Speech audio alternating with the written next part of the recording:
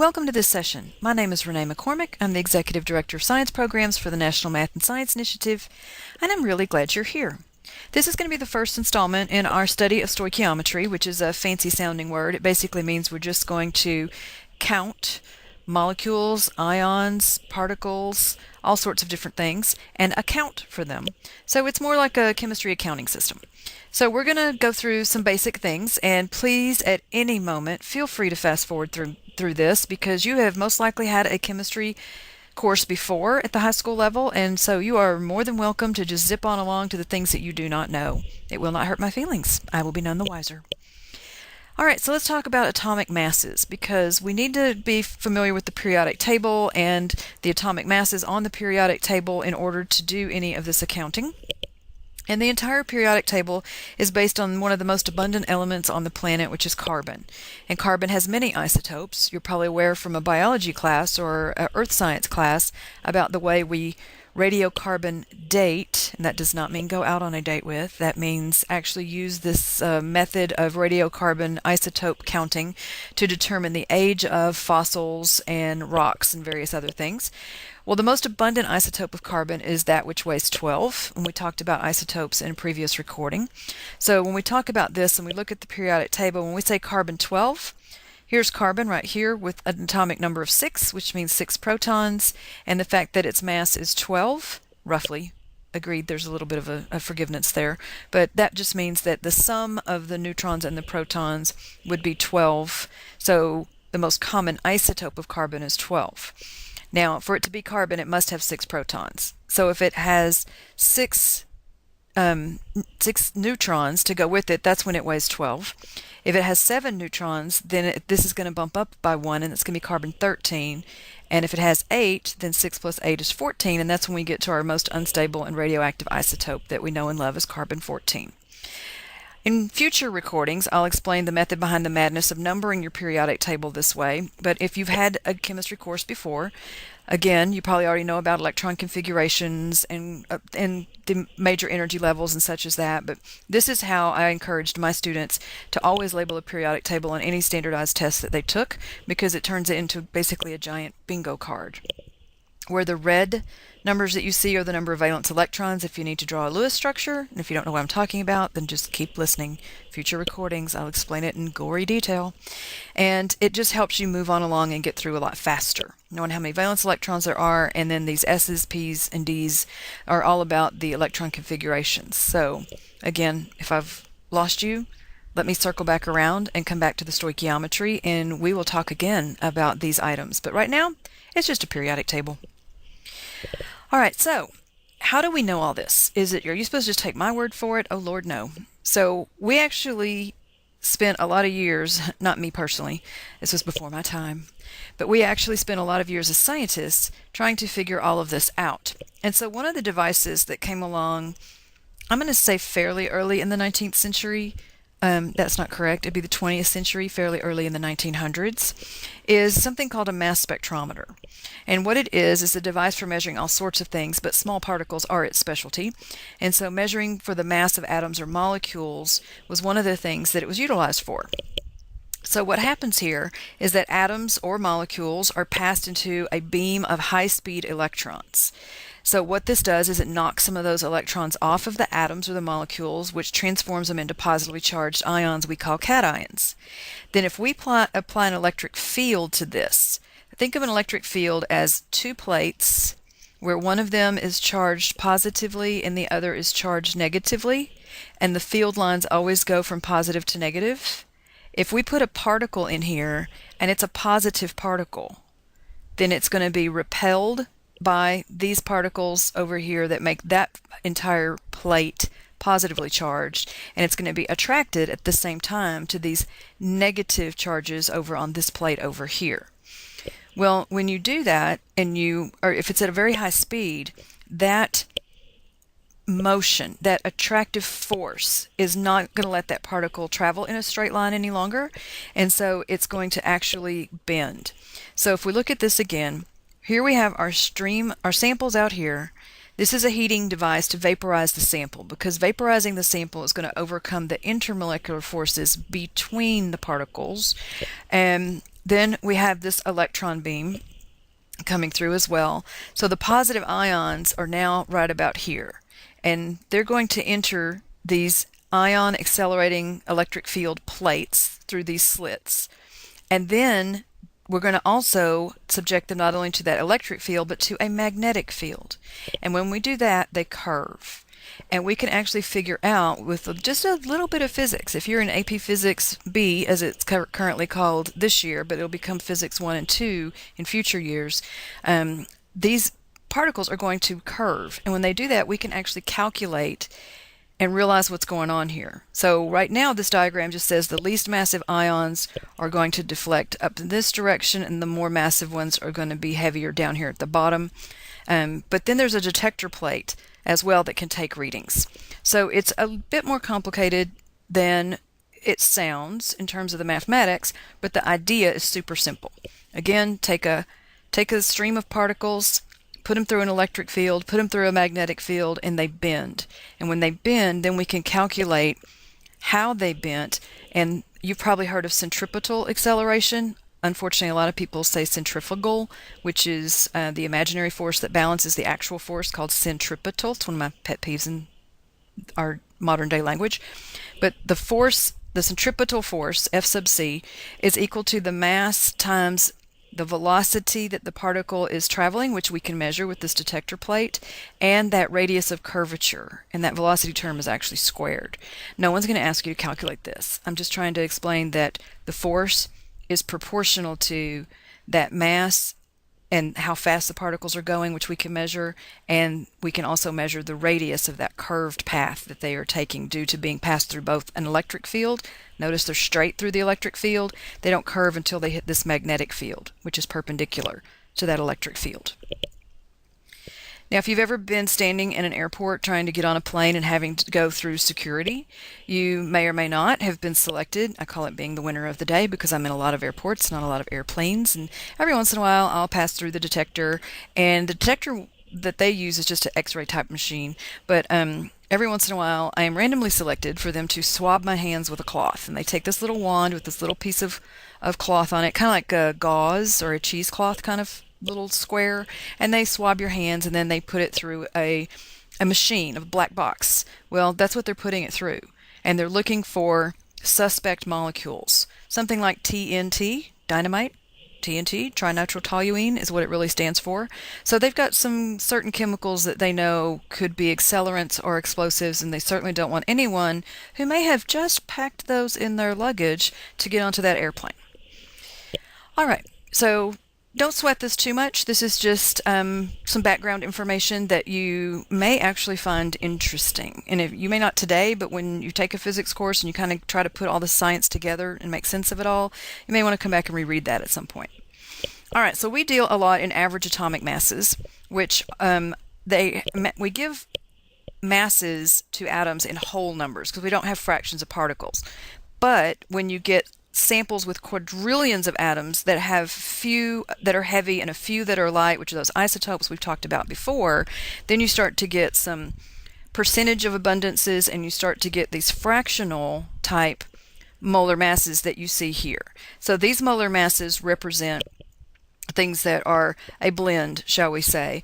The actual elements themselves, the isotopes, are going to have whole number masses, but these are on average. So if you see something like copper that's got like about 63.5 going on, that means it has 2 isotopes at least, and that if it only had 2, they would be 63 and 64, and they would be in almost equal abundance.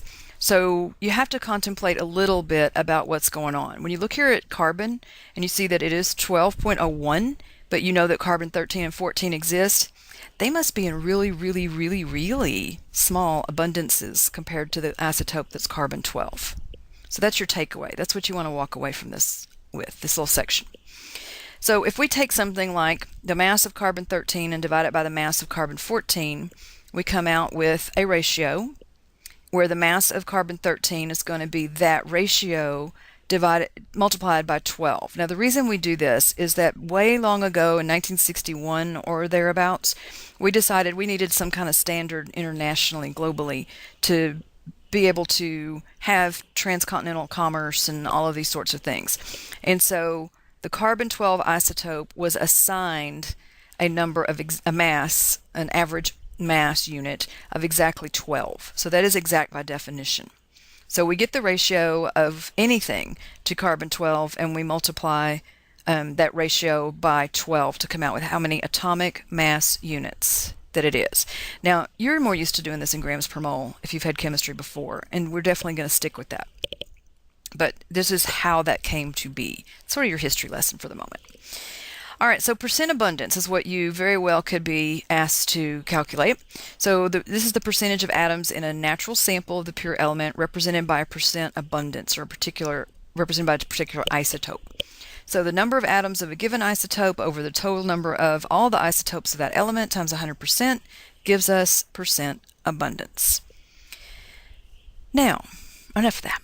Let's get to the good stuff, the stoichiometry. The stoichiometry is all about counting and accounting for particles, whether we do it by mass, whether we do it by actual numbers of particles, whether we do it by liters of gas at standard temperature and pressure. We just are going to be counting things. So counting by mass is when particles are small. And this is just a matter of convenience. Just like you go to the store and you buy 1 pound of sugar or 5 pounds of sugar, rather than saying, I would like 647 million sugar crystals, please, and some clerk has to count all of that out, we buy things that are really small particles by the pound. We also do this with liquids a lot as well. We buy them either by a total volume or we buy them by a total mass. So we ask for a pound of peanuts rather than counting out individual peanuts. So this works really, really well if you know an average mass for that substance. Now, there's going to be a couple of lessons on instrumentations and the interpretation of data collected with instruments, aside from a mass spec. But the mass spec is used to determine the isotopic composition. There's this fancy language for what's the distribution of isotopes in a given sample. So if I stick with what you kind of already know about carbon-12, 13, and 14, we're going to get little peaks, as you can see here on this diagram. So you can see that for this sample in particular, we're talking neon. And so there's neon 20, neon 21, and neon 22. You're going to have to be able to look at a diagram like this and interpret it. So go with your gut. What do you suppose this little diagram is trying to show us? Well, when all else fails, read the axes. On the y-axis over here, we have an ion beam intensity at a detector. So ion beam. So we're running something through it, and we're going to actually knock an electron off to be able to detect it. And then we have a mass number. So it looks to me like this peak right here is actually representing neon 20, while this one right here is representing 21, and you guessed it, that one is representing 22. So by far, there is much, much more of the isotope number 20. There's only a tiny bit more of 22 than there is of 21. So 21 is in last place in terms of abundance. And so then you can go through and do some further calculations to get that relative number of atoms and its mass number. And so this is just two different ways to represent data.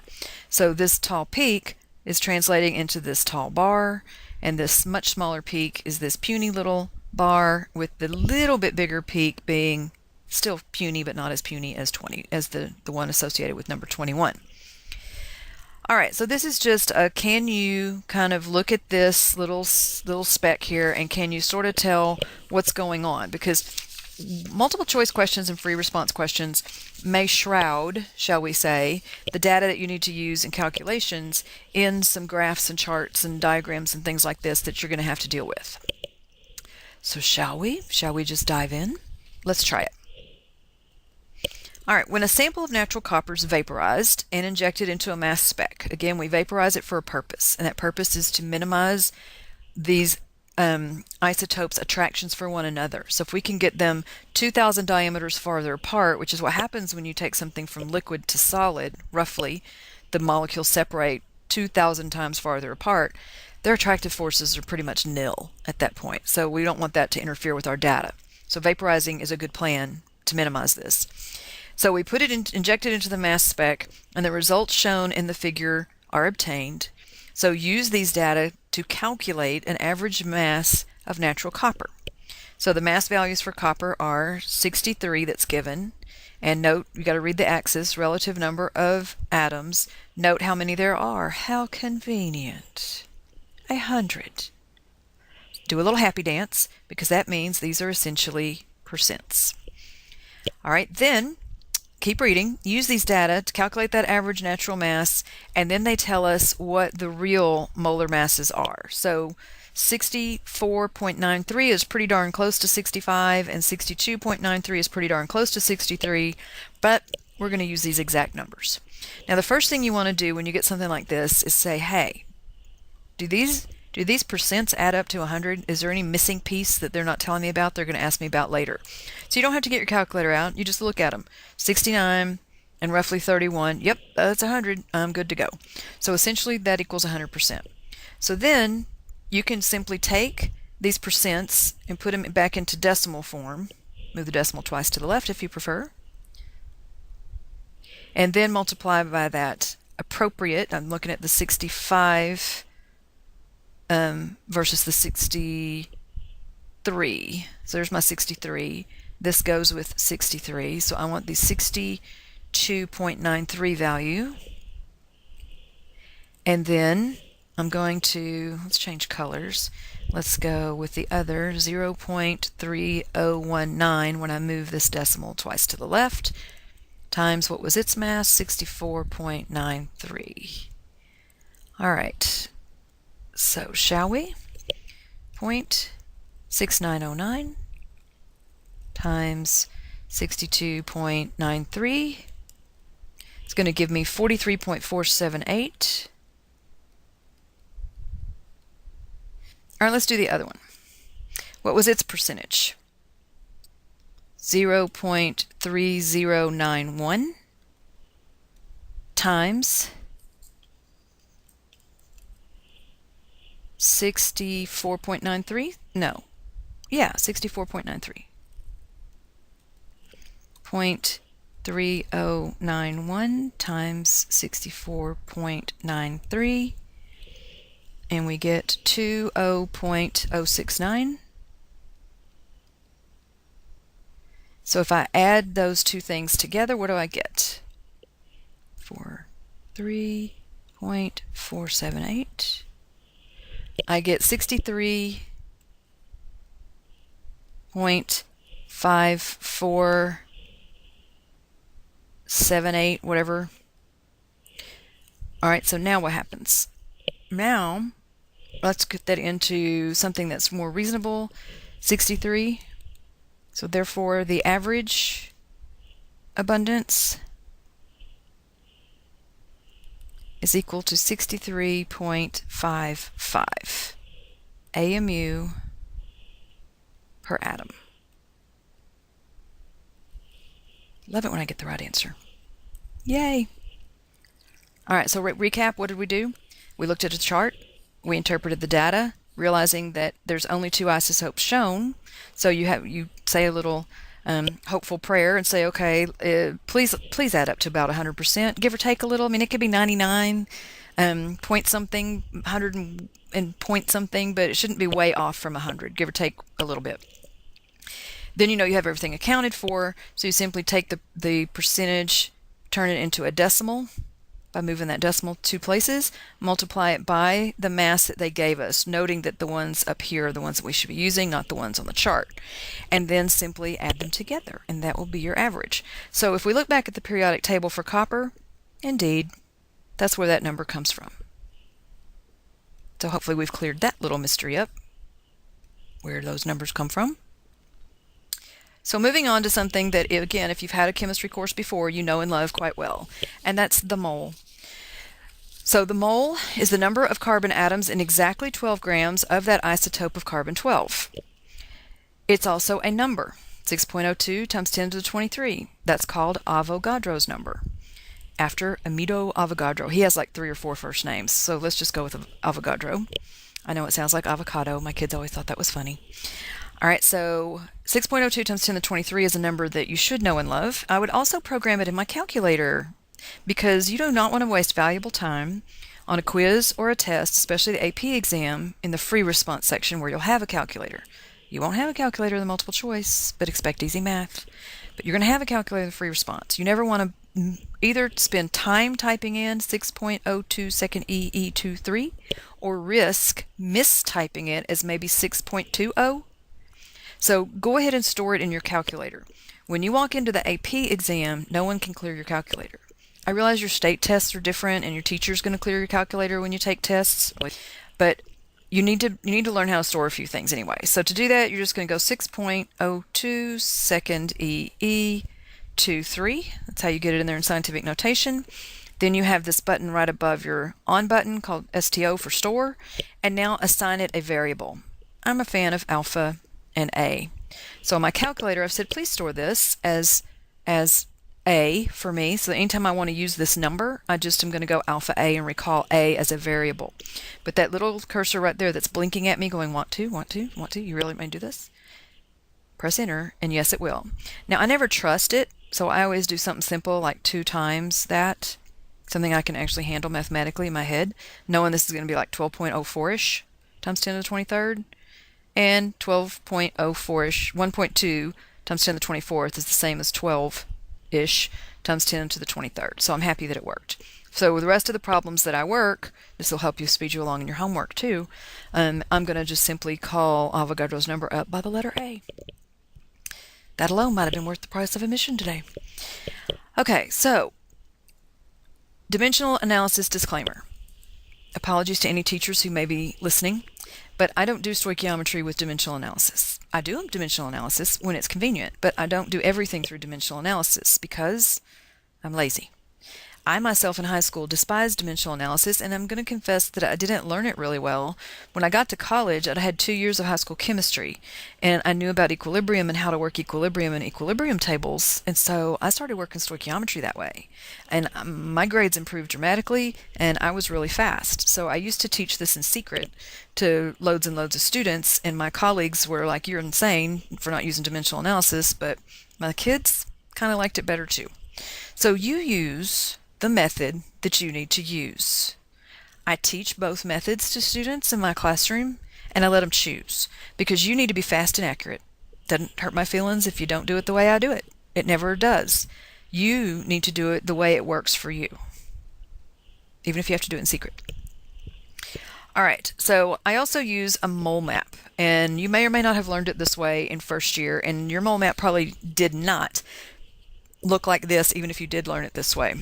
So for my little Chem 1 students, when they're first learning all of this, when they first learn it, they have to come in and write it down. Just blank piece of paper, write it down. So I call it a brain dump quiz. So they have to dump their brain down onto that piece of paper. And I'm going to give that quiz until everybody can do that. So it's kind of a measure of who's more stubborn, me or you, and I'm going to win. So you can have, I always tell my Chem 1, I call them my Chem 1 babies, I always tell them, you decide how many hundreds you want to make, because we're going to do this until you can all do it. And so every day when you walk in, until I say differently, get out a blank sheet of paper and your favorite writing utensil, your lucky pencil, and you're going to jot this down. It doesn't have to be like this, it doesn't have to look this fancy. It can just say moles in the middle. But point being, this is a nice little graphical organizer for your brain that helps you understand how to get 2 moles if given anything else on this chart, and how to get anywhere else on this chart through moles. Note that all routes come through the center, which is moles. You're essentially going to multiply in the direction of the arrows.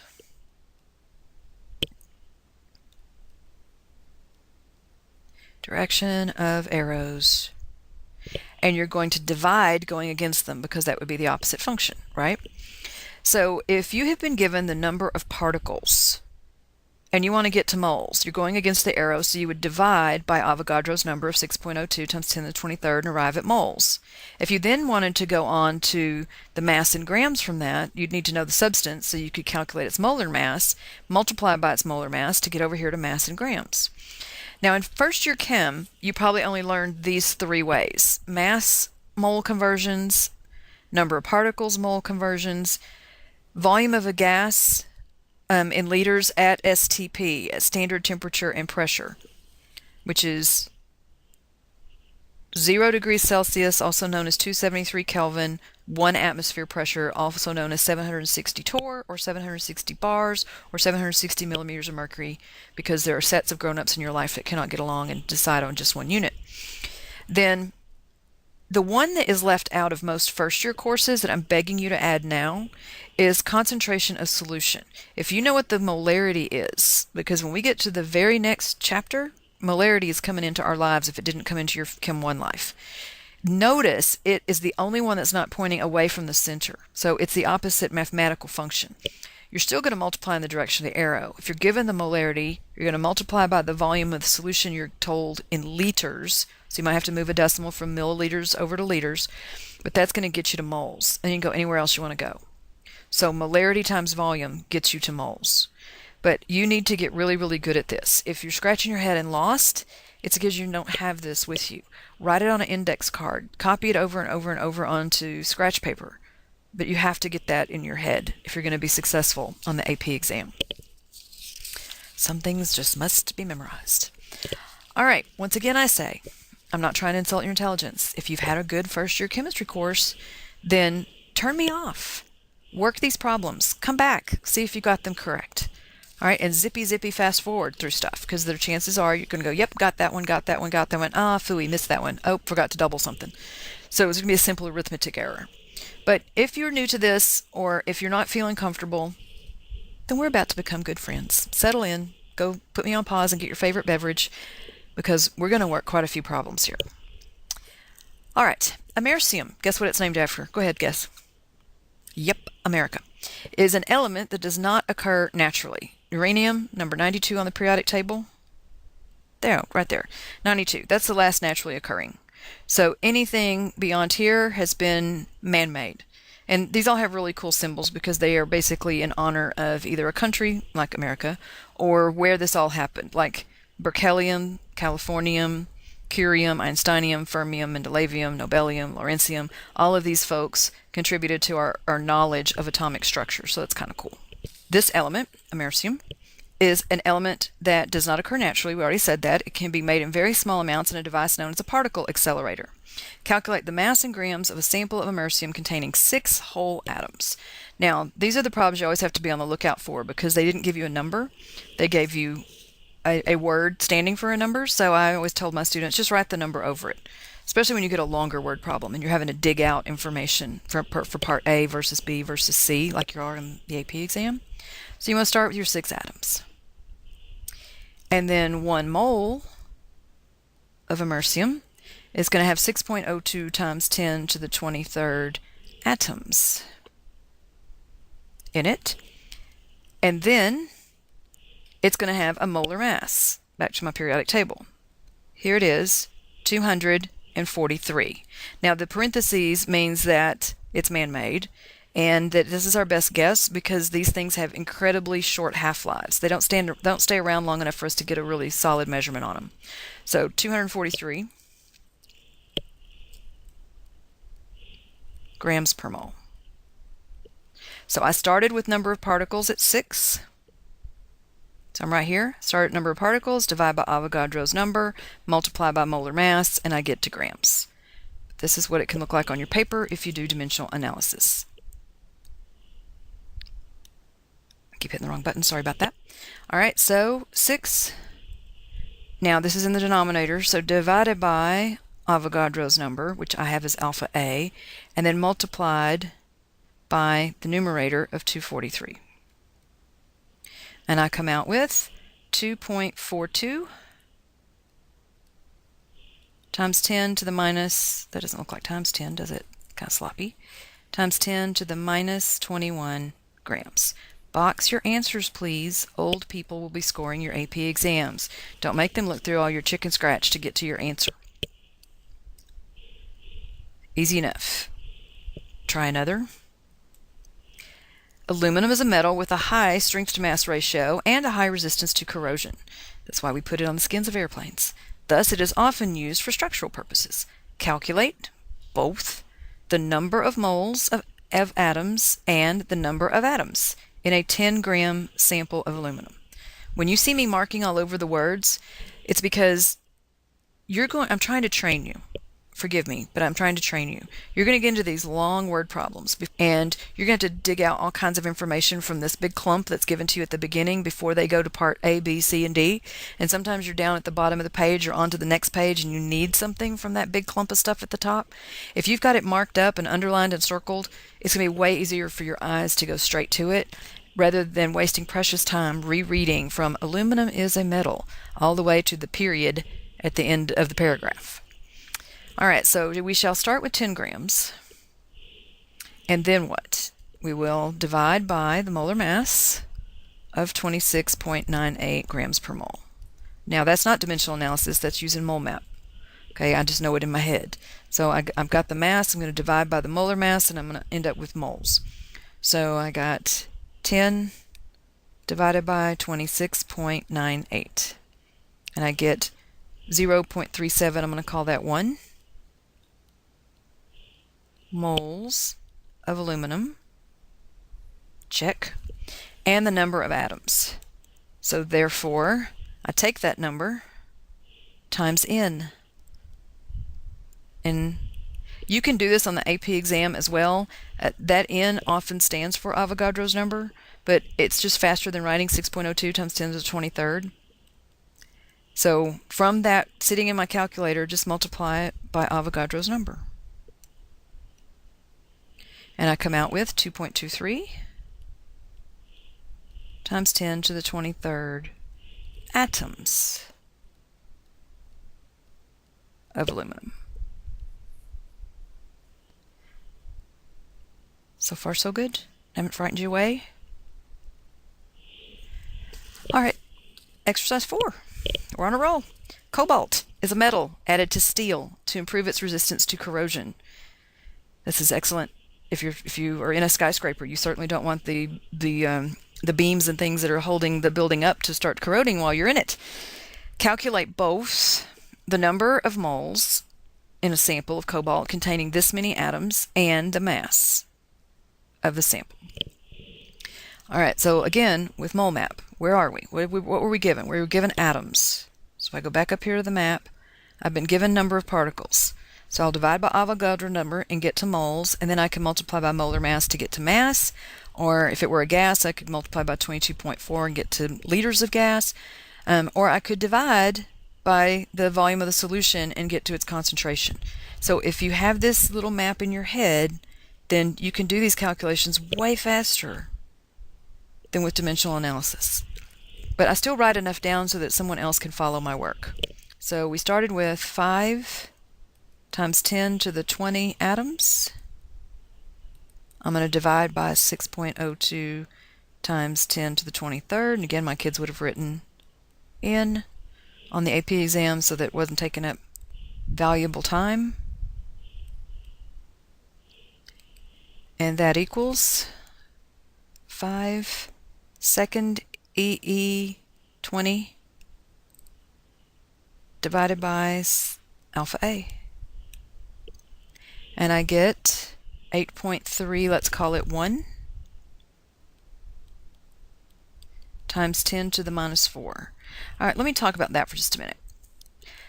It is my habit to analyze the data I'm given and think about those sig figs. Until you get good at that, I recommend you look at the data that's given and you just write out here to the side, or left side, right side, doesn't matter, but you write how many sig figs should my final answer have, because we're picky about that on the AP exam. That looks like carbon monoxide. That looks like cobalt. Box your answer, please. All right, then what? Well, where else do we want to go? And the mass of the sample. All right, so if that's the number of moles, I need to know the molar mass of cobalt. Right? Right. Where's cobalt? Right here. Now, I'm going to share something with you.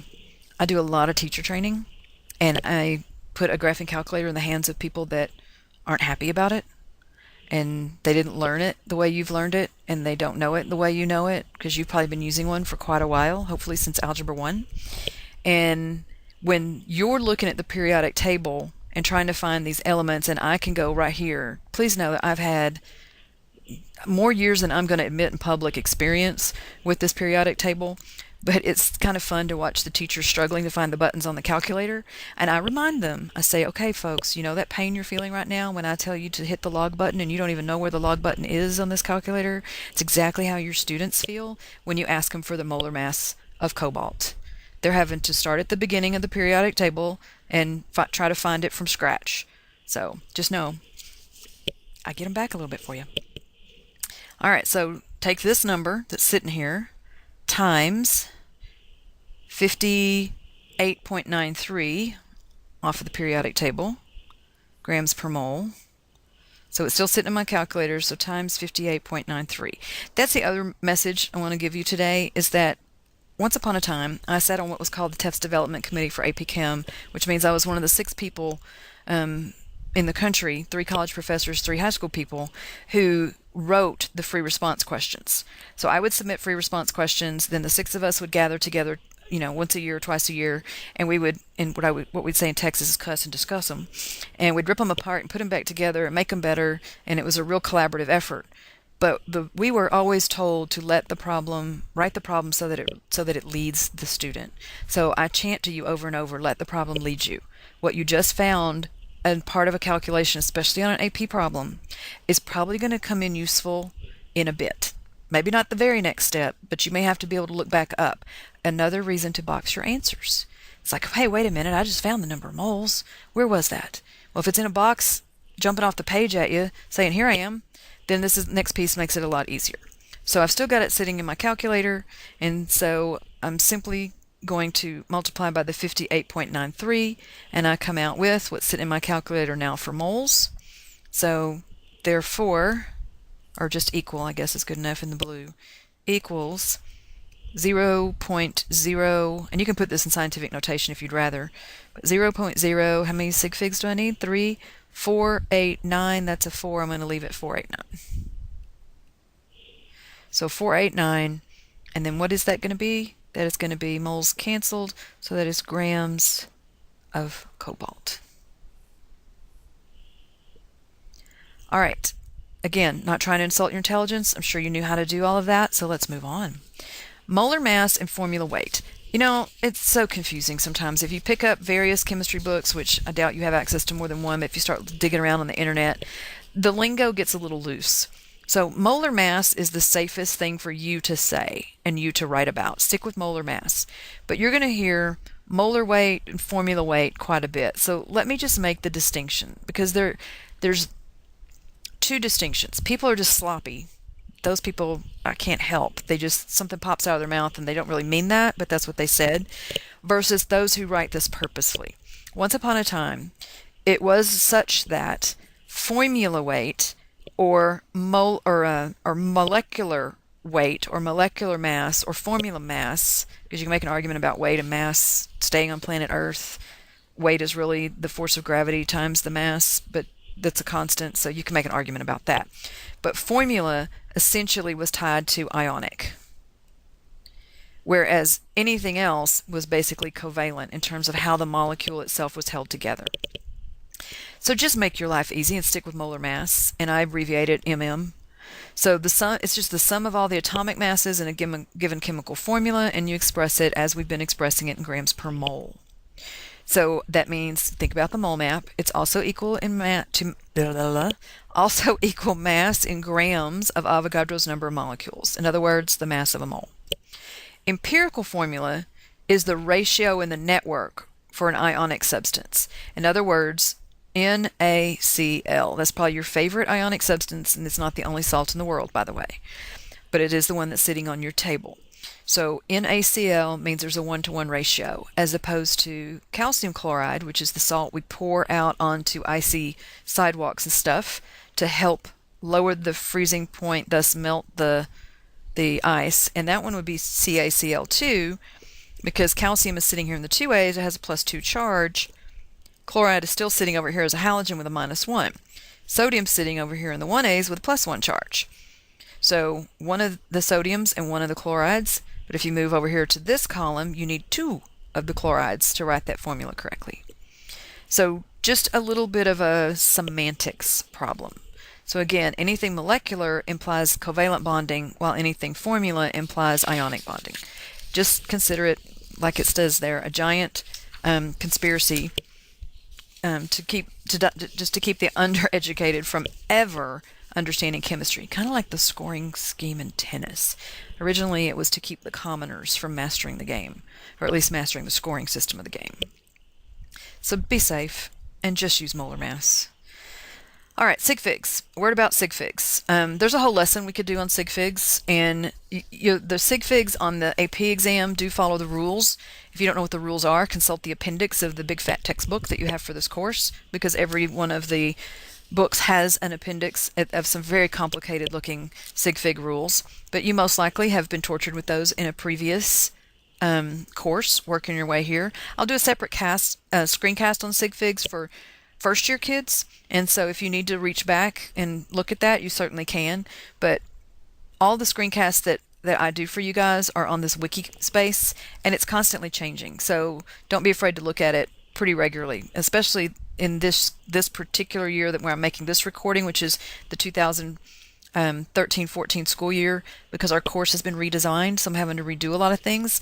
But the redesign is good news for you. We've softened the course a little bit, which should make it less frightening for you.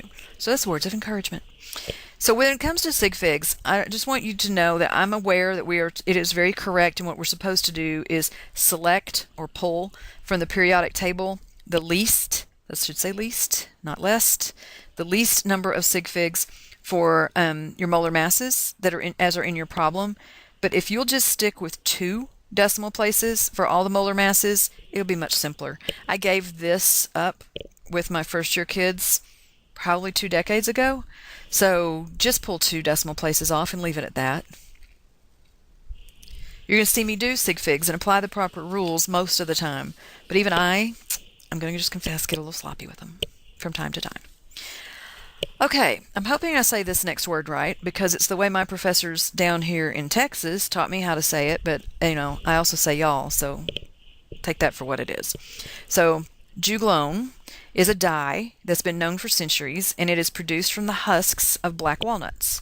It's also, interestingly, a natural herbicide, which is a natural weed killer that kills off competitive plants all around the black walnut tree, but does not affect grass and other non-competitive plants, which is a concept called allelopathy if you happen to enjoy biology. Just learned a new biology word. It has nothing to do with chemistry. The formula for juglone is C10H6O3. So the first thing they want us to do is calculate the molar mass of juglone. Now, get your periodic table. I am the biggest geek that you will ever listen to, most likely. If I ever get to see you in person, because I do come out and do study sessions sometimes at various places around the country, I'm going to be the biggest geek you've ever been this close to, because I taught AP Biology, AP Chemistry, and AP Physics B. There's not many more measures of geekness than that.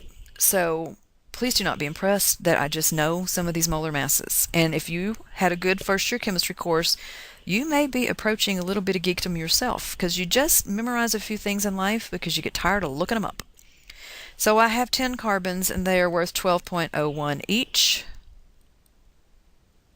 And I'm going to tell you right now, on the AP exam, I would not expect you to write grams per mole. I'm doing it for clarity. I'm going to get sloppy here in just a bit, like right about now.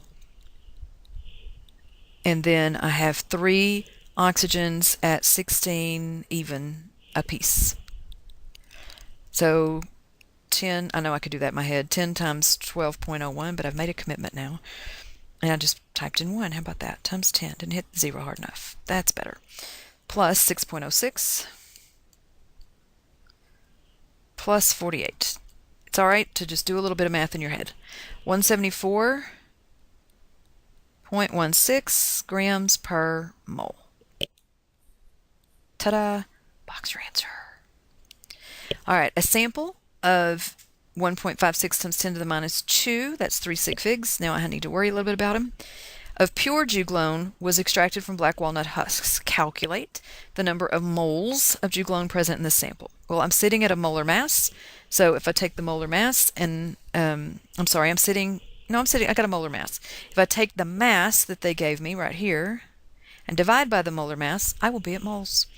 So 1.56 times 10 to the minus 2 grams, I'm thinking mole map, divided by the molar mass of 174.16. Let the problem lead you. They had you figure that out in Part A for a reason. Grams per mole. Cancel, cancel. 1 over 1 over a mole is a mole. So my answer is going to come out in the right unit because there's no point in messing with my calculator unless the answer is going to come out in the right unit. So 1.56 second EE minus 2 divided by 174.16. And I get 8.96 for 3 sig figs times 10 to the minus 5. Now, you've noticed before, the answers are right here. You may or may not have a copy that has that on there. That was your teacher's call.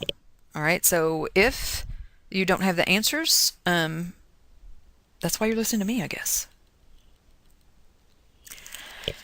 All right, calculating molar mass, part 2. Calcium carbonate. It's very kind that they're giving me these formulas because I'm going to tell you right now in my first year course, it would just say calcium carbonate and you'd have a periodic table and you would have memorized 9 polyatomic ions and 3 patterns and know a plethora of polyatomic ions and their charges. But the AP exam usually does give you the formula. So just take a little moment, pay homage to the College Board, and be grateful and thankful.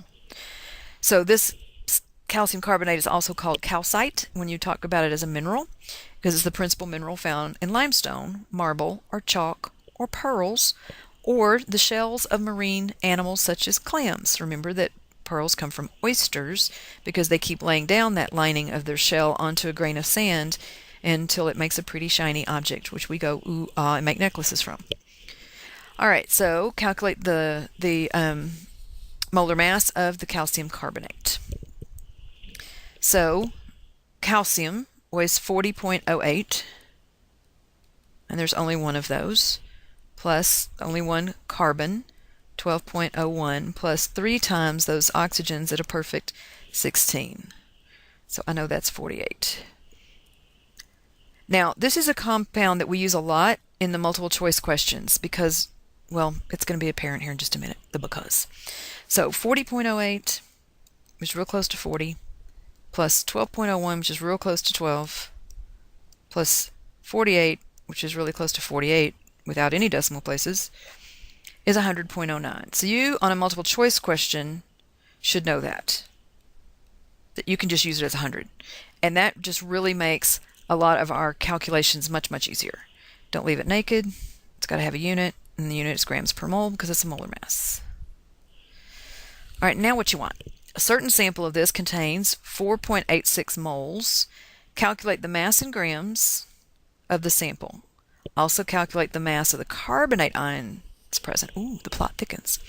Okay, so we just figured out, or we were just told earlier, that we had 4.86 moles. So I'm going to start with that.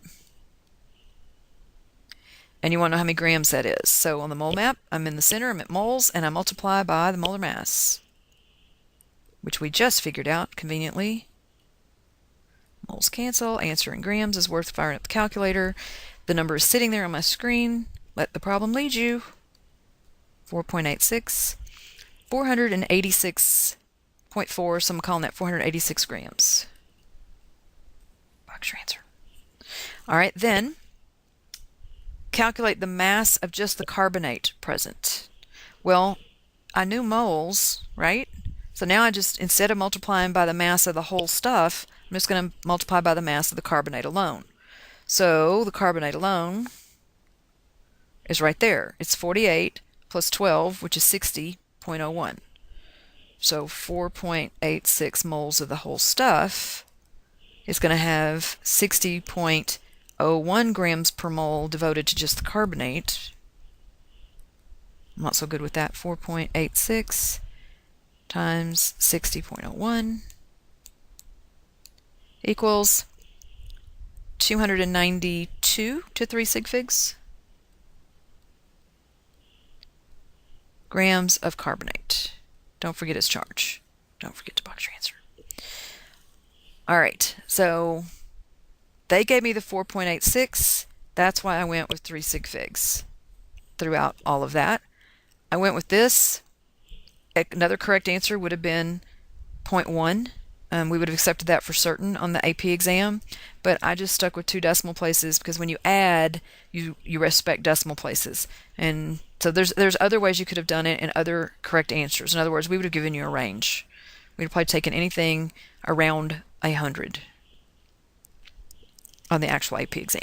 We spot you a little bit of room, a little bit of wiggle room, not a lot, because we're not that nice. All right, moving on along, exercise 7. Isopentyl acetate. Almost sounds dirty, doesn't it? C7H14O2. The compound responsible for the scent of bananas. That's called an ester. Anything that you smell, when you smell orange or strawberry or bananas, or a scent like in a perfume, that's usually from an organic compound that is classified as an ester. It can be produced commercially. In other words, we can have fake banana smell. Interestingly, bees release naturally about a microgram of it, which I remind you that micro is 10 to the minus 6. There's some basic stuff you should know from just being in science classes prior to this, and some metric prefixes are part of that. Of this compound when they sting, so the resulting scent attracts other bees to join the attack. In other words, it's sort of a pheromone. So calculate the number of molecules of isopentyl acetate released in a typical bee sting. Well, you told me the number of grams, which is peachy, but if you want me to calculate the number of molecules, I've got to do some hop, skipping, and jumping through the mole map, because I need to get a molar mass, and then I need to use the molar mass to get to moles, and then I need to multiply by Avogadro's number to get to actual number of molecules. So, shall we? I'm going to do the molar mass up here because I don't have a lot of room to write between A and B here. So I need 7 times 12.01 plus 14 times the hydrogen, it's 1.01 each, plus 32. I did that in my head. Is that okay? It's 2 times 16.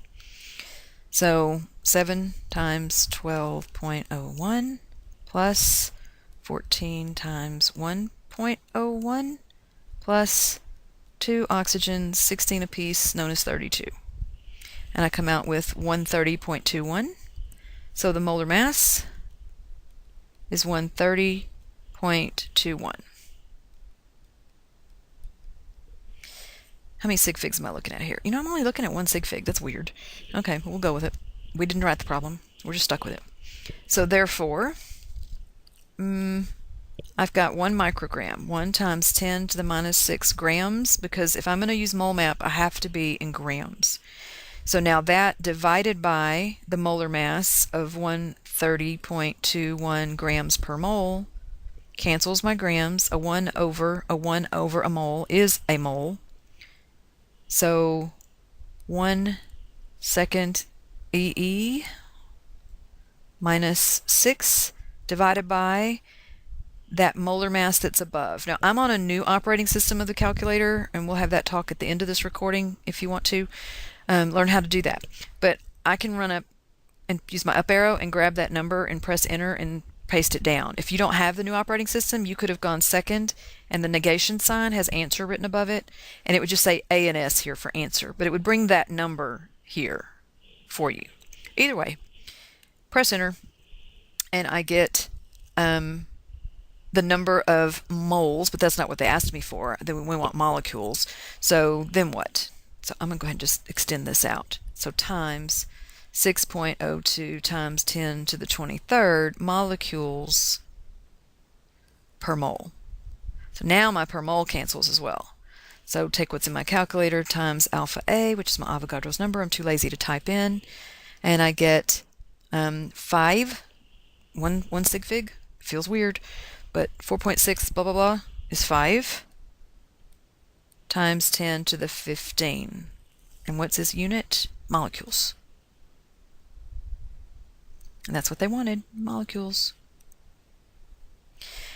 Then on part B, what am I supposed to do there? On part B, we want to calculate the number of carbon atoms present. Okay, well, go back to the formula. There are 7 of them. 7 times 5 is 35.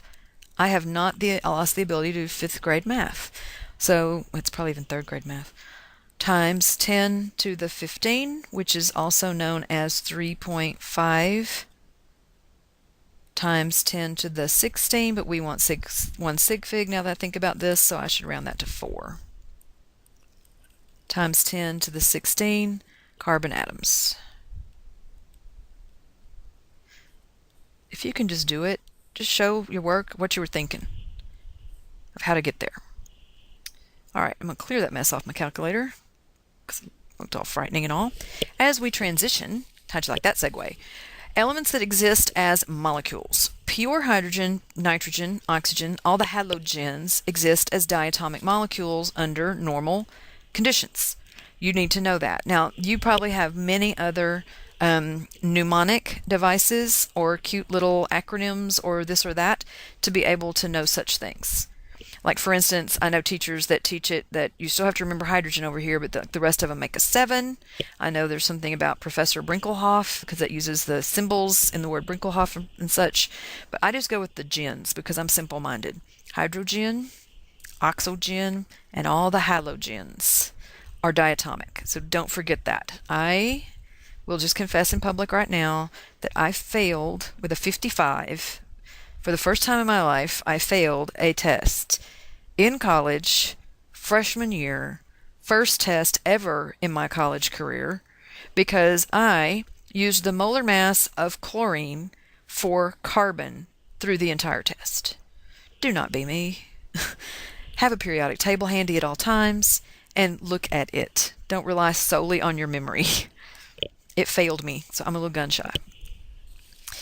All right, then, aside from those diatomic molecules, which will always be written H2, N2, O2, Cl2, F2, I2, etc., there are also a few others. There is no need to memorize them, but I don't want them to freak you out when you see them in print.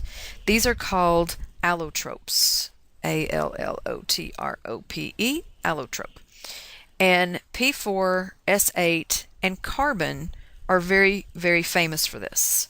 And so one of the most famous right now is the buckyball. If you've never heard of that, look it up, buckyball. I love it when scientists have a sense of humor.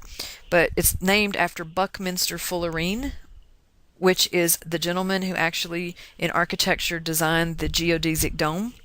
And if you take 60 carbon atoms and the right atmospheric conditions, the right temperature and pressure and such, they will arrange themselves into something that is very, very much like a soccer ball, with alternating hexagons and pentagons, with a carbon atom at each one of the vertices of those hexagons and pentagons. So it's really pretty cool. And what it has done is sparked this entire new division of chemistry in your lifetime called nanotechnology, because this is on a very small scale that these things exist. Nano meaning 10 to the minus 9, as you probably already know. All right, so just to kind of let you know that you're going to see some weird things from time to time, things you hadn't seen in your first year course. So you may see S8 plus O2, da-da-da. And you're going, S8, where did that come from? Well, that's an allotrope, because a lot of these non-metal molecules, they make molecules, that's what O2 is to begin with, but a lot of these atoms of sulfur and phosphorus clump together in these repeating units. So don't sweat it. You've seen it. You won't freak out if you see it again. All right, so percent composition is one of the things that we love to ask on the AP exam. These are easy points. These are what I call sometimes the pity points, because no matter if you had 2 years of chemistry or 1, you will be able to work these problems by May. So there's 2 common ways of describing the composition of a compound. One is in terms of the number of its constituent atoms, and 2 is in terms of percent by mass of its elements. So percent composition by mass is exactly what you think, but I find that teenagers often are resistant to the idea of percent, and I cannot for the life of me figure out why. Because percent is simply part over whole times 100. Part over whole times 100. The part is going to be less than the whole because it's a piece of the whole. So the numerator is going to be smaller than the denominator. These come out in decimal forms, and if you want it in a percent, you multiply by 100, and you slap a percent sign on it. So percent composition, mass of desired element over total mass of compound times 100%. So if you consider something like ethanol, an alcohol, then the mass of carbon, it has 2 carbons, so 2 moles of carbon, that's twice 12.01, would be 24.02 grams. Hydrogen, it has 6 of them. Think about it. use all your fingers and toes. Look at the formula. Do you see the 5? Do you see the extra H? 6 moles of hydrogen times 1.01 gives you 6.06 grams. And then there is only one oxygen, so 1 times 16 gives you 16 grams. So the mass of 1 mole, the molar mass, should be 46.08. You're just going to add, doesn't look like a very pretty curly brace, does it? You're just going to add those together. Once you do that, then you can calculate the mass percent of carbon, etc., as we go through everything, and then repeat for the hydrogen and the oxygen. So we were talking ethanol, and that was C2H5O6. C2H5O6. It didn't come over onto this page for us. So 2 carbons, 12.02 grams of carbon, divided by the whole, which is the molar mass of the compound, times 100. So repeat for hydrogen and repeat for oxygen. So hydrogen would be 5 times 1.01 divided by the whole of the 46.08 times 100%. And then that's hydrogen. And then the oxygen, there's not the formula. What did I write? C2H5OH is what I should have written.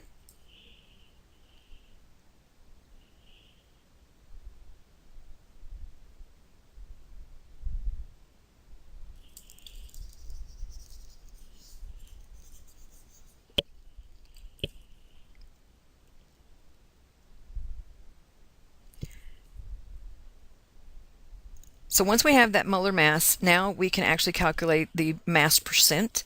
So the percent of carbon, since there were 2 of them in that molecule of C2H5OH, would be twice the mass of carbon, which is 12.01, lovingly known as 24.02 grams of carbon over the whole molar mass. So that's the molar mass. So part over whole times 100% gives us 52.14%. So we're going to repeat for the hydrogen. For hydrogen, how many hydrogens do we have? Nope, it's not 5. Seriously, it's not 5. Right, it's 6. So for hydrogen, that's 6 times 1.01 over that total of 46.08 times the 100%. I'll fire up my calculator here in just a second. I'm going to set the other one up as well while I'm here. Oxygen, only 1. 16 over 46.08 times 100%. Now let's go over here. All right, so 6.06 divided by 46.08. I'm going to move that decimal in my head. How many sig figs should I have? Let's go with 3. I see 6.06 is our smallest number, so let's go with 3. So we're going to get 13.2.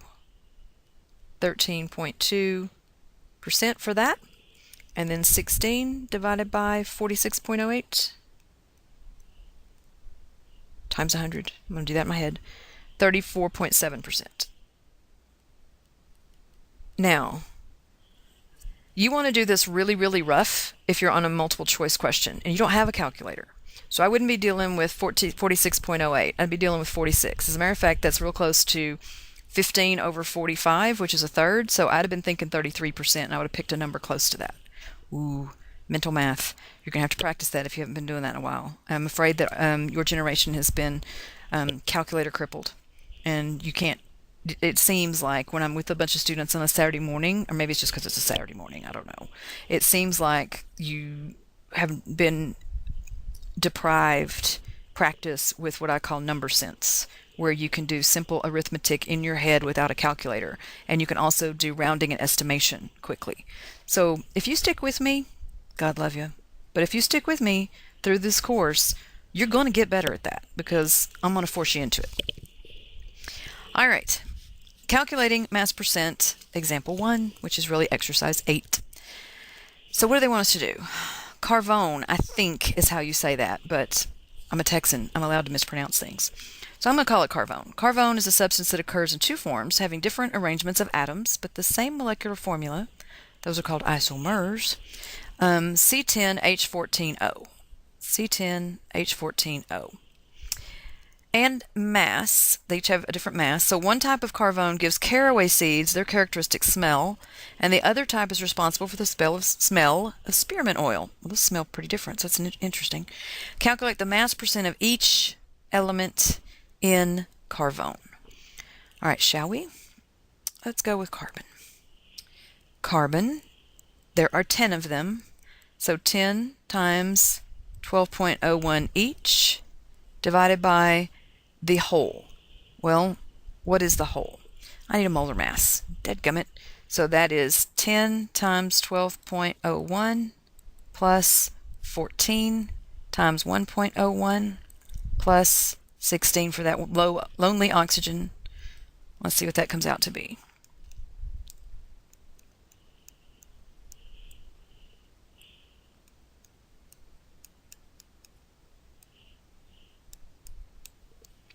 .24. So 150.24 times 100%. So since that number is sitting in my calculator, I'll do the 10, oops, so I hit 12 instead. 10 times 12.01, oops, delete, enter. So 120.1 divided by that molar mass times 100, which I can just move that decimal twice in my head, and I'm going with how many sig figs here? We were not given any numbers at all, so I'm going to go with 4. I've got 5 in my molar mass, so I think 4 will be plenty. And you can go with 3 if you'd prefer. It's okay. We'll basically agree here. So my calculator is telling me 79.94%. All right, then what? Hydrogen. That's what comes next. I'm going to do it next. 14 times 1.01 over that same molar mass, 150.24, times that same 100%, equals 14 times 1.01 divided by 150.24 times 100 would be 9.42%. And then what's left? Oxygen. Oxygen, there's only one. Sad little oxygen. Over that same molar mass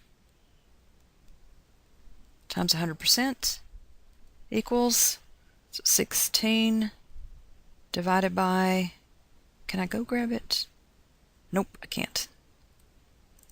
150.24 equals 10.65%. Now, you want to eyeball your total percentages here, and they better be in the neighborhood of 100. So we're back to number sense again. Isn't this green number up here at the top very, very close to 80? And this is close to 10, and that's close to 10, give or take a little. So I'm happy that this roughly, and if you want to do it exactly, I bet it comes out darn close to 100%. So check. It's worth moving on. So some of these problems, you do have ways to check it. All right, we're going to do this next one a little bit differently because this one is, well, a little bit hairier, shall we say. It's not a very feminine expression. My mama is not proud, but it is a hairy problem. All right, penicillin. God love penicillin. It's the first of now a very large number of antibiotics, which are antibacterial agents which kill germs.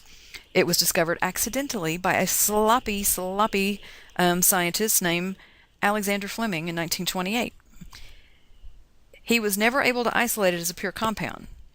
But this and similar antibiotics have saved millions of lives that might have been lost to infections if we didn't find it. So penicillin F has the formula of C14H20N2SO4. So calculate the mass percent of each element. Good Lord. So carbon, hydrogen, nitrogen, sulfur, and oxygen is what we are after. So we're going to do this in the graphing calculator. And what I'm going to do first is just get the number of them. There are 14 carbons, 20 hydrogens, 2 nitrogens, poor little sulfur doesn't have any friends, and 4 oxygens. And then I want their molar masses. So the molar mass of this is 12.01, 1.01. That doesn't look like a 1, does it? That looks ugly up there. Fix that. 14.01. You know you're a nerd if you know that sulfur is 32.06. Apologies for that. And oxygen is 16.00. And then I would calculate the moles of everything. No, I wouldn't. What are these? Yes, I would. I would. Moles of everything. And then once I get this, I can actually work from this to get to my percents. So here's what I want to do. First thing I'm going to do is go second plus, and item 4 on the menu is clear all lists because my calculator has probably been busy doing other things and I don't want you confused. So I'm going to go to stats and I'm going to go to edit. So I want to get the total mass of each one of these things. They didn't give me like any kind of data in here, so I'm just going to have to work this out on my own and figure out what the number of grams would be per the total molar mass. All right, so I've got 14, so I'm going to put all these numbers in my list. 14, 20, 2, 1, and 4. Then I'm going to come over here and put their respective molar masses.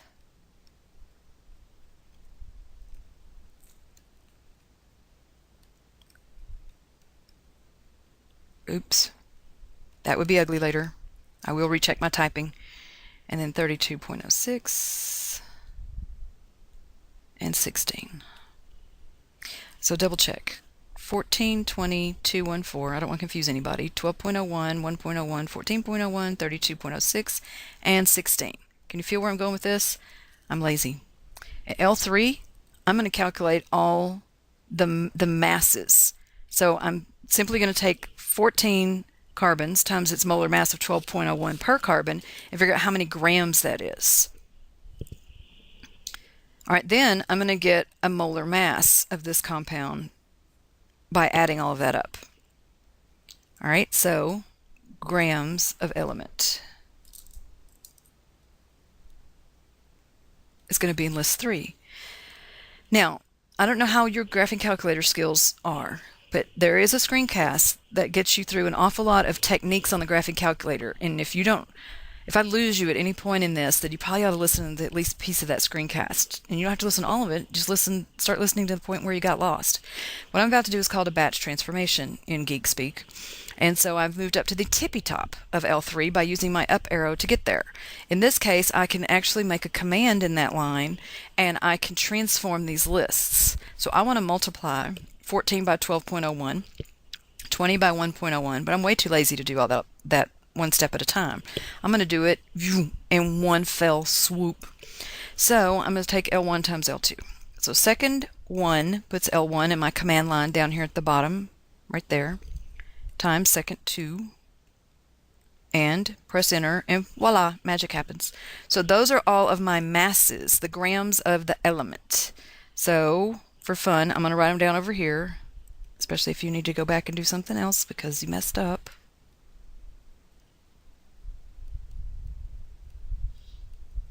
I could have done that one in my head. I actually could have done that one in my head too. And my calculator didn't say 0.00, I added that. All right, so now what?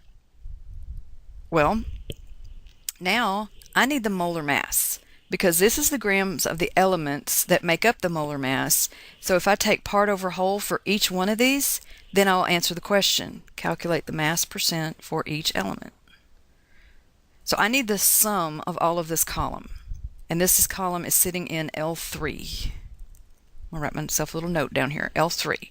So I'm going to quit this little segment right there, and I'm going to go to Stat, and I'm going to go to Calculate.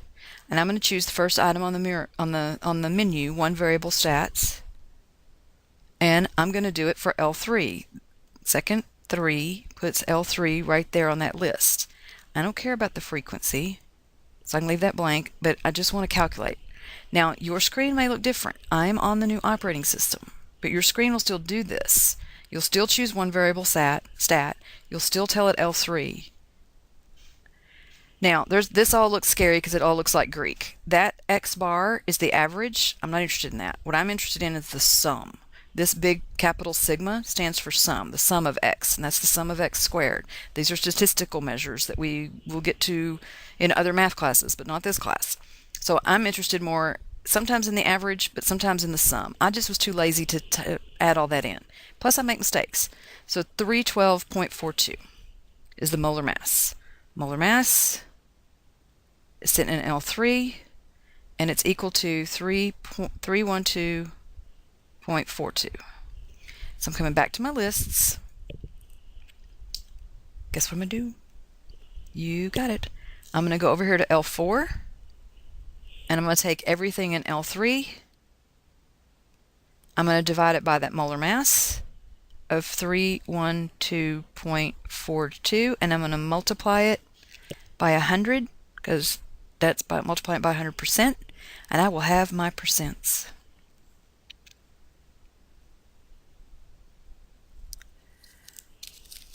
So what do I have? I've got 53.8. How many D's? Well, I can choose what I want. Let's go with 2 decimal places. So 58. I wanted red. Didn't hit it hard enough. 58 point.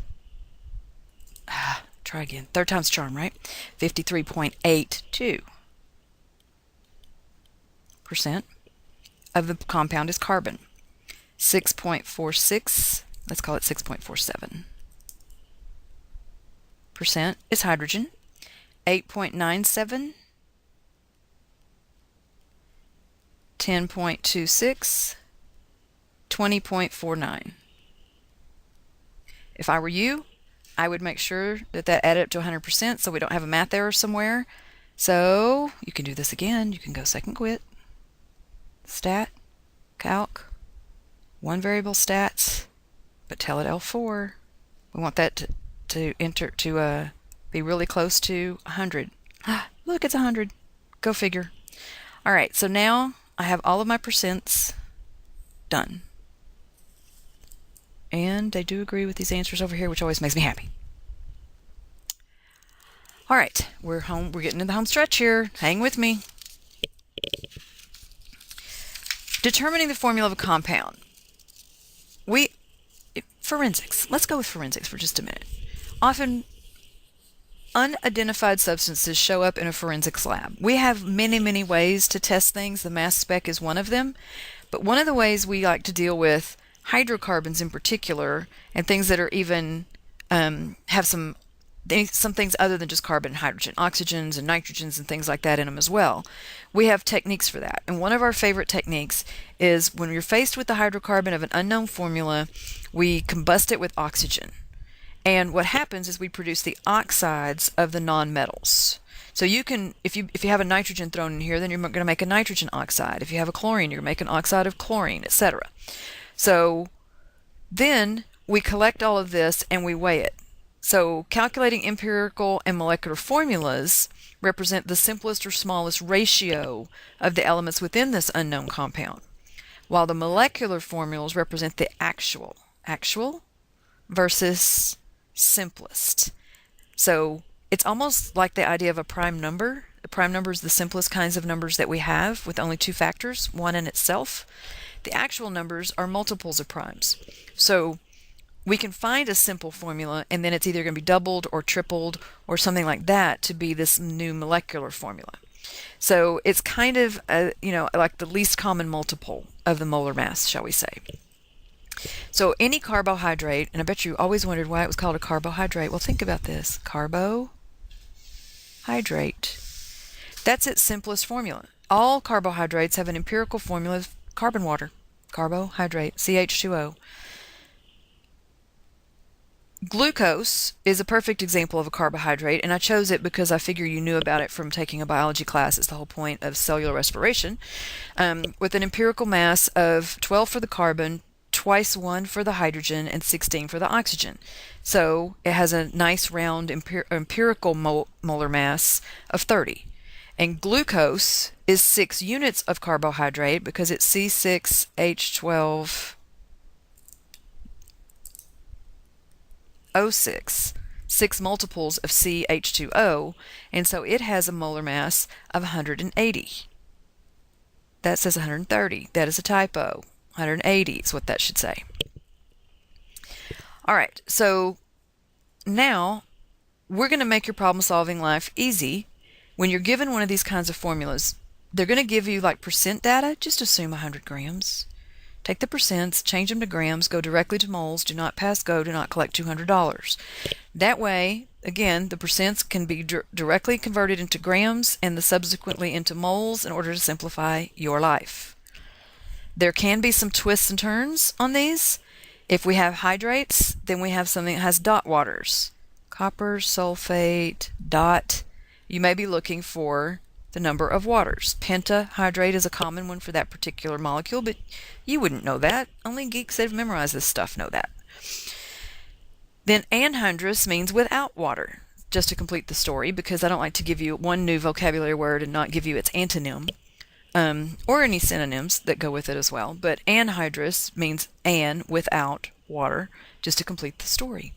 So you're going to you do those molar masses just like you would any other substance. But sometimes these words crop up in word problems and they throw you off, and they shouldn't, but I understand when they do. I really do get it. So a compound is composed of carbon, nitrogen, and hydrogen. When 0.1156 grams of this compound is reacted with oxygen, it's another way to say burned in air, then, or combusted, or anything else that implies a flame was involved, 0.1638 grams of carbon dioxide, 2 typos, of carbon dioxide and 0.1676 grams of water are collected. Determine the empirical formula of the compound. All right, so the general idea here is the compound plus oxygen yields oxides of what's burned. So the compound plus oxygen, in this case, is going to yield carbon dioxide and water. And no nitrogen. Don't know where that came from. So you can see, oh no, it does say nitrogen. Oh, I apologize. Nitrogen. And it may be an NOx or an NXOY. It may be an oxide of that as well. But clearly this you can't figure this out from trying to balance this equation. You don't have enough information. But you can see that all the carbon ended up in carbon dioxide. So when in doubt, calculate the number of moles of something, anything. So take the grams of carbon dioxide, divide it by the molar mass of carbon dioxide, and get moles of carbon dioxide, which equals moles of carbon. Why are these two the same? Well, because you only have one carbon in the formula. But how many moles of oxygen do you have? Twice as much. So you almost get the moles of oxygen for free if oxygen were only in that place. But darn it, it's not. So now you can also see that all the hydrogen ended up in water. So calculate the number of moles of water. Take the grams, divide by the molar mass, get to the moles. So that's the moles of water, but you got to double it because there's 2 moles of hydrogen for each mole of water. Now, when I teach Chem 1 babies, they have a real hard time with this. And if you are still struggling with it, then this might help you as well. I have found that the more gory I can get with a room full of teenagers, the more they pay attention. So someone's going to pay you a tremendous amount of money per year, going to drive a really nice car, live in a really nice place, and go to a lot of rock concerts. If you will run an organ bank, 1 heart per body is like 1 carbon per molecule of carbon dioxide. 2 lungs per body is like 2 atoms of hydrogen in water, and so on. So when I'm in a room full of teenagers, I often go, how many kidneys would you get per body? Most people know 2. How many livers? Most people know 1. Does require some minimal biological knowledge for this to work for you in your brain. But if you just think about the molecule as the body, and it has constituent parts, and not everything in there is a 1 or a 2, because if we could transplant digits, as in phalanges, as in fingers and toes, then you would have, 2 thumbs and 8 other digits, 2 index fingers, 2 middle fingers, etc., etc., etc. So that analogy might, gory as it is, help you better understand how to take, and I'm going to use the word dissect because I think it's apt in this analogy, dissect those pieces apart out of a chemical formula. All right, so if we know if we know for sure that all of the hydrogen ended up in water, but we got to double that, then we will know the grams of carbon and the grams of hydrogen, and we would get the total grams that are accounted for thus far. So note that we doubled this one. Note that that is doubled. That's why I did it in red. All right, so now we have this many grams accounted for thus far, but that's not the total of our sample because we couldn't figure out what was going on with the nitrogen. So subtract. Just do 2 of the constituent pieces if there are 3, or do 3 if there are 4. The one that you can't quite figure out, subtraction is your friend. If you can figure the rest out, then get their grammages and subtract. So the sample was 0.1156. If you'll subtract what you have accounted for thus far, then you'll be left with grams of nitrogen. So now you can get to moles of nitrogen. So realize again that the chemical formula is going to represent a mole-to-mole ratio. Divide the number of moles of each by the smallest number of moles for any one of them, and you get a guaranteed 1 in your ratio. So here are my elements. Here are my moles. Examine them. What's the smallest one? There's almost a tie, but I think this one wins. So if you will divide all of them by that smallest number, then you're guaranteed a 1 right here. This rounds really closely to 1, but this comes out of 5. So that means it's CH5N as the empirical formula. Now that whole mess can be doubled, tripled, quadrupled. There you have to do a little more investigation to get into that. So how do we do that? Well, the empirical formula, like I just wrote, is CH5N. So finally, this is drum roll worthy. Can you do it? If we're told that the molar mass of the substance is 31.06, then simply calculate the empirical mass, which is 31.07, and realize, hey, that's pretty darn close to the same thing, so this really is also the molecular formula. But let's go back to that carbohydrate moment. Carbohydrates, there are many, many, many, many, many of them. So we talked about glucose. That would be like 6 units, C6H12O6. But there are many other sugars as well. So this is kind of getting us that multiplication factor of 6. In our lame example, it was 1 to 1. So our molecular formula is indeed the same as our empirical formula. But you know, life isn't all that easy. So just here's a little recap, probably more elegant than what I just tried to explain to you. Since the mass percent give the number of grams of a particular element per 100 grams of a compound, then base the calculation on 100 grams of compound. That's going to make it simple. Determine the number of moles of each element present. Divide each value of the number of moles by the smallest of the values, and you're guaranteed a 1. Then you may have to double or triple or quadruple or quintuple. I've never had to go past that, to come up with whole numbers, small whole numbers, so that I would get integer values on those formulas. All right. That was not my best effort. If you're still with me, bear with me. This is going to get better, I promise. Determine the empirical and molecular formulas for a compound that gives the following analysis in mass percents. So all we're saying is take a quick glance at this and see if they add up to 100. In other words, you don't have a missing element. So 72 plus 24 plus 4, yep, that's really close to 100.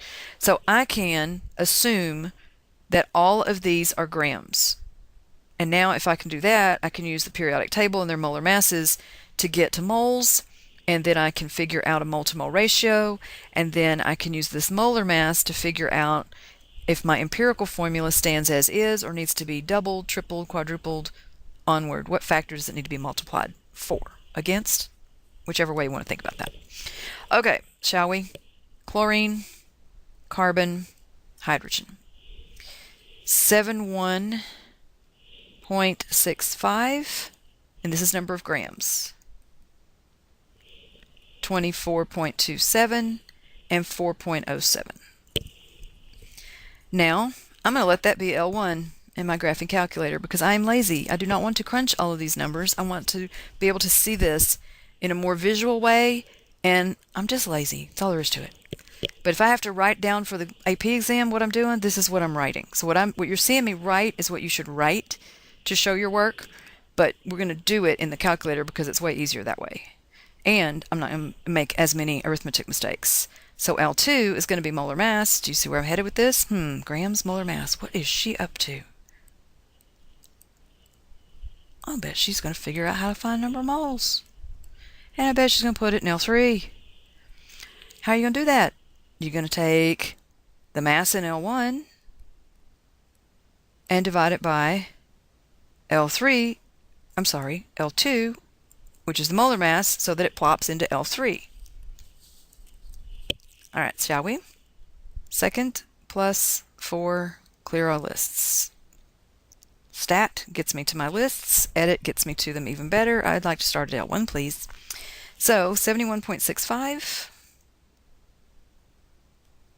24.27, 4.07. Oops. Enter. Check my typing. 71.65, 24.27, 4.07. Molar masses. Chlorine's 35.45, etc.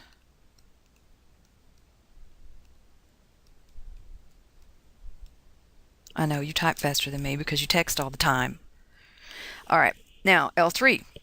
How do I get to moles? Is it L1 divided by L2 or L2 divided by L1? It's the mass in grams in L1 divided by molar mass. So second 1 divided by second 2. And be sure at the tippy top, this is your command that you're telling it to do. Press enter, and voila. This one's a simple one because it's the first example, so it's going to be simpler. So what do I have going on over here in L3? This is going to be my number of moles. And for chlorine, it is 2.02, it is 2.02, and it is 4.03, which is really, really close. If I divide them all by 2.02, I don't even need to do that, but I will do it in the calculator just to show you how. Isn't it really going to simplify to 1, 1, and 2? So that it's going to be Cl, C, and H2. But typically we write the carbon, and then the hydrogen, and then anything else. But this would be a correct answer. It would not be incorrect. It's just better form if you do it that way. All right, so again, how did I get there? Well, I can right here at the top simplify this column. Or I can use L4 and take everything in L3 and divide it by the smallest number here, so I'm guaranteed a 1. So if I divide this whole thing by 2.02, forget these other numbers, it's going to come out really close to what I want. 2.02, I can go up here and I can say second 3 divided by 2.02, and I can see that it's basically 1 to 1 to 2 as a ratio. So just remember what you got there. Chlorine, carbon, hydrogen. Chlorine, carbon, hydrogen has the 2. I just rearranged it before boxing it. But I'm not done yet, because I got to think about the molar mass. If they give you the molar mass, a little bell should go off in the back of your brain going, hey, you gave me the molar mass. That means you want to know what the molecular formula is. So, the and helps out too. So let's get this empirical mass, second quit, 12 for the carbon, plus 1 for the hydrogen, plus 35.45, 35 and a half if you prefer. I'm just getting it nice and round, 48-ish. That's not 96-ish, but I recognize 48 twice is 96-ish. So hey, that's the deal. So that's the empirical formula. The molecular formula is equal to twice that, C2H4Cl2. Oops. All right, so what does that work look like? I always had trouble trying to get my kids to do that part. The best way that they like to do it was to say that CH2Cl equaled, what was that first one, 48.45? So therefore, the molecular formula is, and then C2H4Cl. So you've got to give some kind of little justification. In our case, our math was our justification. A white powder is analyzed to contain 43.64% phosphorus, 56.36% oxygen by mass. The compound has a molar mass of this. What are the compound's empirical and molecular formulas? So here we go again, but we only have two elements to deal with. So let's do phosphorus, 43.64, and oxygen, 56.36. I'm happy that that adds up really close to 100. So that's going to be grams. Divide each by its respective molar mass. That one is 16. I don't know phosphorus off the top of my head. Don't be disappointed. 30.97. And that's going to be grams per mole. And so that's going to give me moles. I'm not going to bother with the list because this is only two elements. This one's pretty easy. So 43.64 divided by 30.97. If I typed everything right, I come out with roughly 1.41. Then 56.36 divided by 16, come out with 3.52. If you divide both by 1.41, then the ratio is 1.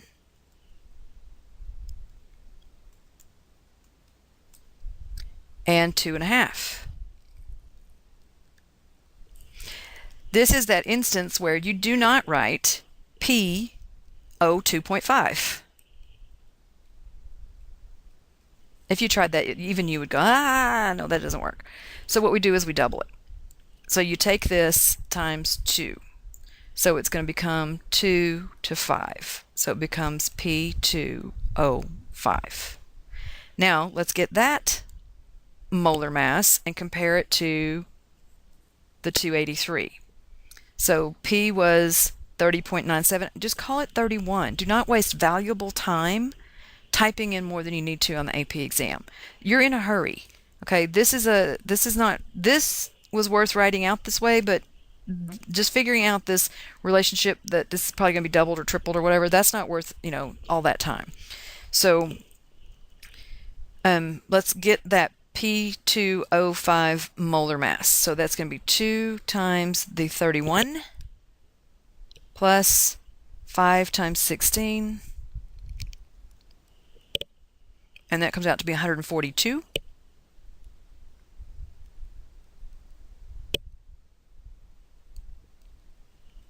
And I recognize 283 as twice that. Therefore, molecular formula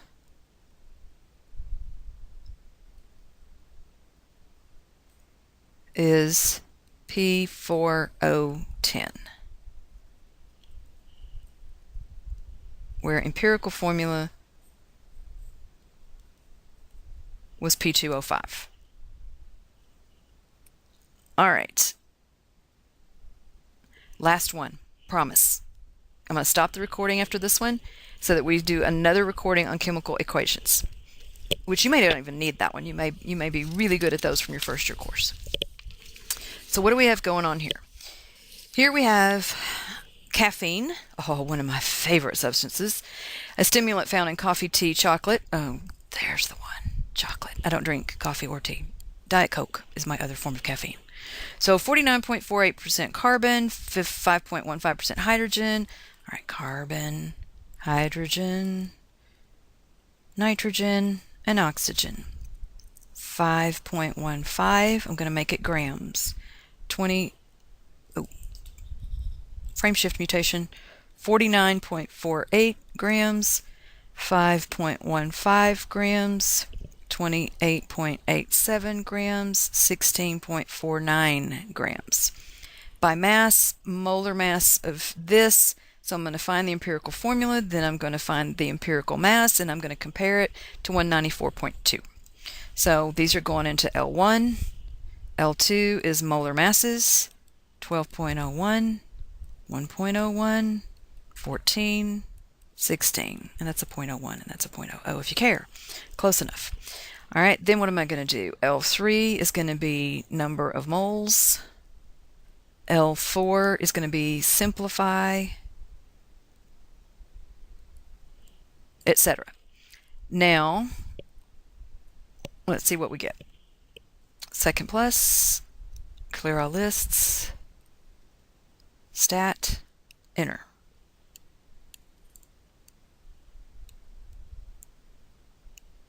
.15, 28.87, 16.49,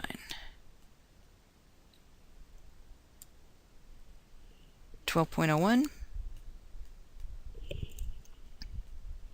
1.01, 14.01, 16. Now, if you're on the AP exam, then here's what you need to write. Okay, mass, molar mass,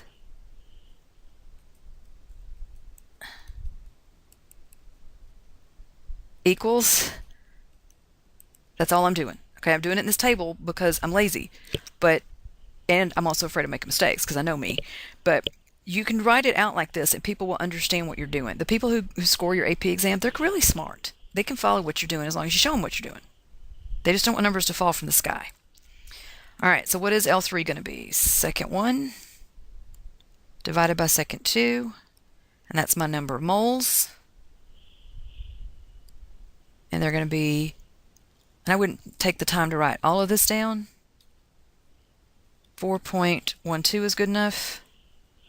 5.10 is good enough. 2.06, 1.03. Divide that whole list by the smallest one, 1.03, which is essentially dividing it by 1. We'll do it anyway. So second 3 divided by 1.03. I'll go ahead and even put the 06 while I'm here. And I get the ratio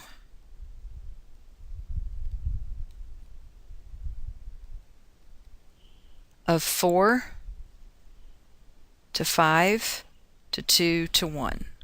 Therefore, the empirical formula is equal to C4H5N2O. Therefore, empirical mass is equal to